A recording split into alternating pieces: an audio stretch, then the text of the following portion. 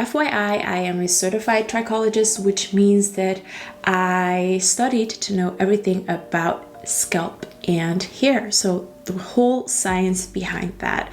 And that is why I right now want to talk about probably the most common issue that people are suffering from, and that is dandruff.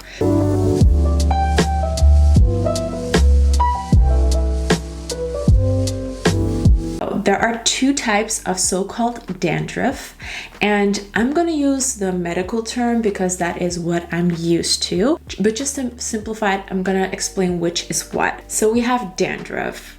Well, it's mostly known as dandruff, and that condition is actually called pityriasis capitis. Then we have a second form of dandruff, and that is pityriasis steatoides, which actually is the greasy form of dandruff. So it's known as greasy dandruff.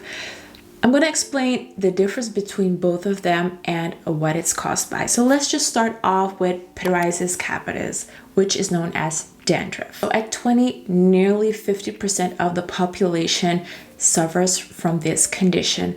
The most common cause of pityriasis is a yeast that is called Malassezia ovalis. This yeast plays a huge role in triggering the condition. So it really is a trigger to the end result of what you see on your scalp, which is a dandruff. Just like your skin, your scalp has multiple layers, and I'm just gonna dive a little bit into the top layer and what a normal scalp should look like and what a scalp conditioned scalp looks like. The top layer of your scalp, which is the layer that you can see with your bare eyes, is called the horny layer. A normal scalp's horny layer consists of around 25 to 35 fully keratinized cells. But with pityriasis capitis, there are not even 10 of those layers. So can you imagine? It's even less than half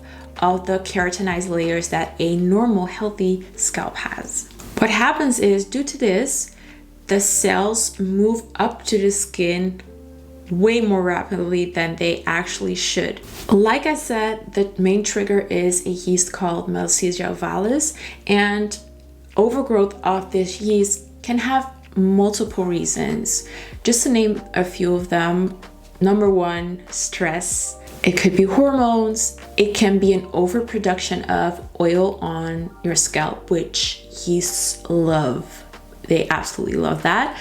But it can also have to do with your immune system. To quickly summarize, because I can understand that it's quite a lot of me explaining in my terms. The look of pityriasis capitis, as you know as the normal dandruff, are white or gray scales that accumulate on the scalp surface. The skin sheds faster than normal.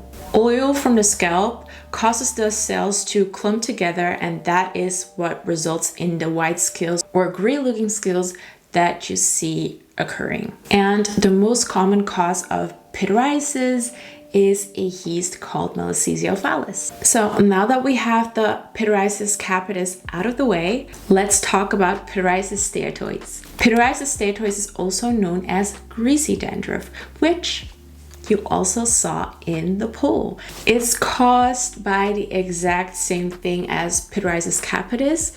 It just transforms into something different when it is on your scalp, and this has to do with the dandruff binding with the scalp oils that are produced on your scalp, transforming into a yellowy sticky paste. So instead of the flakes shedding like in the previous condition, in the previous case, they actually clump together, and due to the greasiness, it sticks on the hair. These mounds of scales often have a yellowish tone, and that has to do with the oils combining with the flakes. And just like the previous case, this form of pityriasis is most oftenly caused by the yeast called Malassezia ovalis. So to keep it simple, the biggest difference in these two scalp conditions has to do with the overproduction of oils on your scalp, which result into the greasy form of it instead of the most commonly known flaky dandruff. Both of these two forms of pityriasis are often chronic conditions, which means that you will have it all of your life. But the best thing is there are multiple products and ways into keeping this condition under control. So let's get into that one. The number one thing is to thoroughly shampoo your scalp. This is so extremely important. Depending on the hair type and scalp type that you have, I would suggest to at least, especially for us naturals, if you're used to shampooing your hair for about once a month, once every 2 months, try to do it weekly. And it sounds like a lot, but imagine that buildup in those layers that I described previously continuously staying on your scalp, and you using scalp oils and all those other products that build up with that. Your scalp isn't able to breathe, and that yeast, that Malassezia ovalis, loves those oils. So you're actually contributing into making it worse. So thoroughly shampoo your hair weekly. And use shampoos that contain the following or one of the following ingredients, which will help exfoliate, soothe, and treat the scalp to get that condition under control. Think about ingredients like sulfur, zinc pyrithione, my personal favorite, salicylic acid, selenium sulfide, and very soothing coal tar.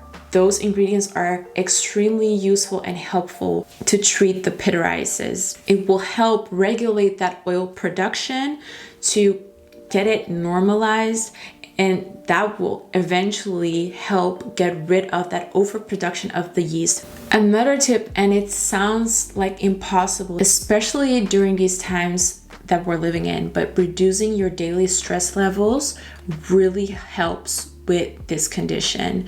It is a huge trigger, which stress can be to a lot of things.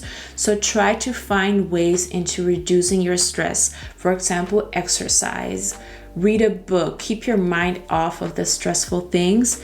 Even a little goes a very long way.